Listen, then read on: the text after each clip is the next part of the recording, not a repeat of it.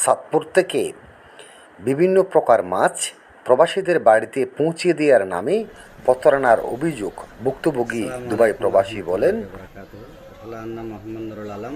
আমি দীর্ঘ প্রায় 20 বছর ধরে দুবাইয়ের মধ্যে আছি। আমার সঙ্গে মধ্যে কোনোদিন কে প্রতারণার শিকার নই।